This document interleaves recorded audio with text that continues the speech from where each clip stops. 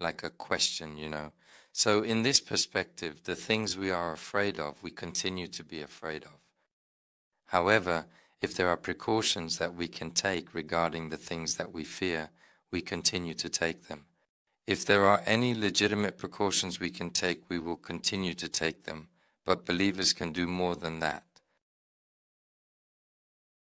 He is in connection with Allah Azza and Jalla, the one who holds and manages all of these potential options and possibilities. Individuals have the ability to express their concerns about these difficulties to the Almighty through a path that is commonly referred to as prayer. Oh God, this health problem is eating away at me, the possibility of it affecting my life. I'm going through such a hardship, and Allah the Almighty tests us with whatever He wants, dragging us into the midst of that difficulty. To others this may seem futile and strange, like a phobia, but to the person experiencing it, this is the ultimate test, and you cannot escape the fact that Allah Azza and Jalla has made you go through it. That emotional state envelops you. It's the kind that disrupts your sleep, makes you uneasy, and leaves you restless. So, just like the common diseases we know, this is also a type of disease, and it has various forms in the emotional and mental dimensions. All of these are sprouting from certain risks in our lives. So, you're referring to someone who, fearing the same outcome as another person, starts living in constant worry and taking numerous precautions, ultimately suffocating their life with measures that could harm their surroundings in the secular community. Is that what you mean?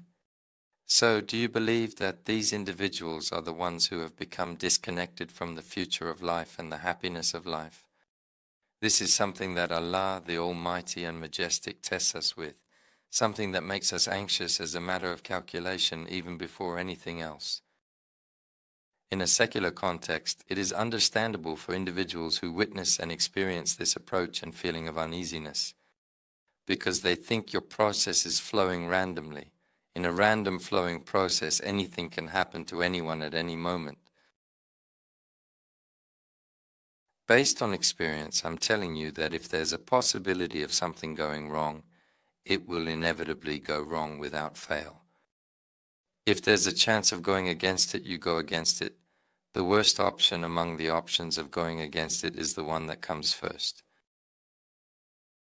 The greater your expectations for favorable outcomes that you have been eagerly anticipating for a prolonged period of time, the lower the likelihood that they will actually materialize.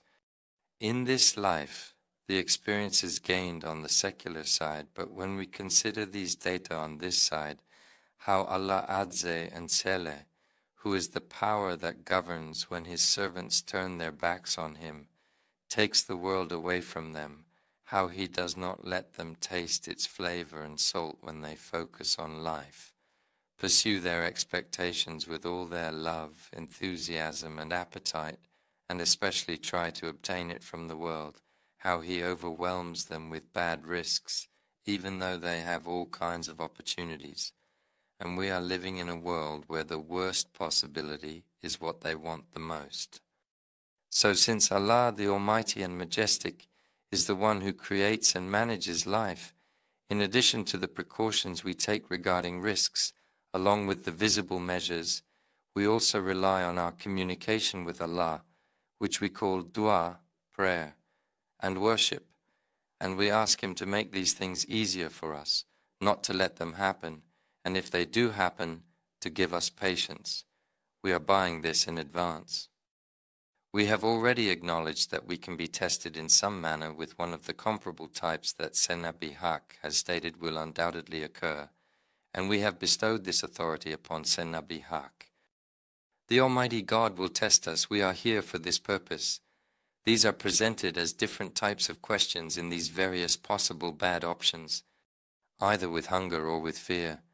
And we will surely test you with something of fear and hunger and a loss of wealth and lives and fruits. But give good tidings to the patient, who may have been affluent yesterday, but now has become impoverished. And the worst is perhaps losing loved ones, losing someone you love. Sometimes in a traffic accident, an entire family dies, leaving only one father or mother or child behind. It is a devastating tragedy that can shatter lives and leave a lasting impact on the surviving family member, causing immense pain and grief that is hard to overcome. The possibility of losing all loved ones and connections. How many people does it happen to in the world? It seldom occurs to a small number of individuals, but you are one of those few people. You are one of them as well. When this comes, the possibility of it happening to you troubles you before it even arrives. When it arrives, it already signifies that it has fully encircled you and engulfed you. There may indeed be individuals who wish to progress by disregarding these things with ignorance, that is, by willfully ignoring them, without taking any preventive measures, without adopting any precautions. But such individuals do not hinder Allah from causing them to undergo this or a portion of it in different ways. No situation is unfamiliar. You've experienced, noticed, or disregarded everything that occurs.